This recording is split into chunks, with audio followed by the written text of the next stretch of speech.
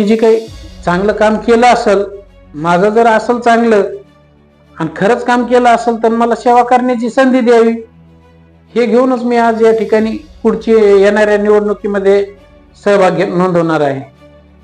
हे होते आपल्या समोर संदीप दादा खरात. धन्यवाद दादा. धन्यवाद. नमस्कार, मी आपल्यासोबत आहे संदीप दादा खरात. नमस्कार दादा. नमस्कार. तुम्ही राष्ट्रवादीत प्रवेश का केला? राष्ट्रवादीमध्ये प्रवेश करण्याचं कारण खऱ्या अर्थानं असं आहे की मी 2014 पासून भारतीय जनता पार्टीमध्ये लोकसभेपासून काम करत आलो. विधानसभेचं काम त्या ठिकाणी केलं आणि हे काम ज्या पद्धतीनं केलं त्यामुळे पक्षानं मला माझं काम बघून 2015 मध्ये प्रथम शहराध्यक्ष केलं भारतीय जनता पार्टीचं.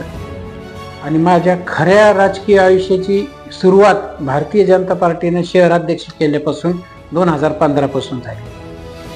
हे काम करत असताना मी 14, 15, 16 या 2 वर्षामध्ये 2.5 वर्षामध्ये शहरामध्ये नगरपालिकेमध्ये भारतीय जनता पार्टीचा एकही सदस्य नसताना नगरपालिका कशी ताब्यात येईल, शहराचा विकास कसा घडेल या दृष्टिकोनातून म्हणजे हे करत असताना पहिली निवडणूक नगरपालिकेची लागली आणि ते काम केल्याचा म्हणजे काही त्या काळातले जे काही शहरातले प्रश्न होते ते उपस्थित केले, मोर्चे वगैरे सगळे माध्यमातून काढल्यानंतर भारतीय जनता पार्टीचा नगराध्यक्ष जनतेतून या ठिकाणी निवडला गेला. ते काम आजपर्यंत विकासाचे कामं करत असताना मी 24 तास भारतीय जनता पार्टीसाठी काम केलं आणि हे काम करत असताना कुठलाही स्वार्थ नव्हता. फक्त जनतेचे कामं कशी करता येईल हे कामं घेऊनच मी आमदार साहेबापाशी जायचो आणि त्यांनी त्याला त्या पद्धतीनं सपोर्ट केला. पण हे करत असताना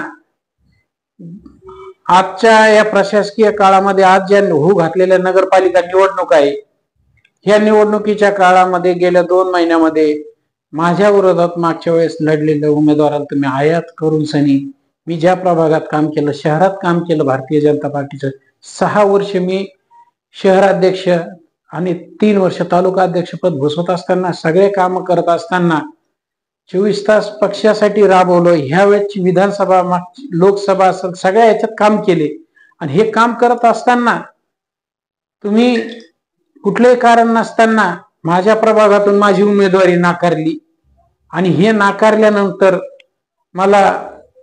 मी जे काम केले, जे काही कार्य केलं त्यामुळे मी 2 दिवस अपसेट होतो, घरात होतो. पण माझ्या प्रभागातील माझ्या काही मित्रपरिवार लोकांनी सर्वसामान्य जनतेना रेटा लावून धरला की दादा तुम्ही थांबू नका, आम्हाला तुम्ही जर थांबले तर कोण आहे आमच्यासाठी. आणि त्यामुळे मला या ठिकाणी राष्ट्रवादी काँग्रेसमध्ये प्रवेश करावा लागला शरदचंद्र पवार गटामध्ये आणि त्या दृष्टिकोनातून मी हा प्रवेश केलेला आहे. तिकीट मिळाले असते तर आपण पक्ष बदलला असता का? भाजपचं काहीच गरज नव्हती. मी रात्रंदिवस पक्ष एकनिष्ठेने काम केलं भाजपमध्ये. भाजपच्या विचारसरणी तळागाळापर्यंत पोहोचण्यासाठी काम केलं. उमेदवारी हे बघा, ज्यावेळेस जनतेसाठी आपण काम करतो तर मग जनतेचा रेटा असतो आणि आपण जर काम करत असताना जर अशा पद्धतीने आपल्याला धक्का बसत असेल तर साहजिकच आहे, माणसाचं मन विचलित होऊन जातं. आणि त्यामुळे मी आज म्हणजे हे केलं. मला जर भाजपनं संधी दिली असती तर हा प्रश्न उद्भवण्याची गरजच नव्हती. पक्ष प्रवेशानंतर पहिले काम काय करणार?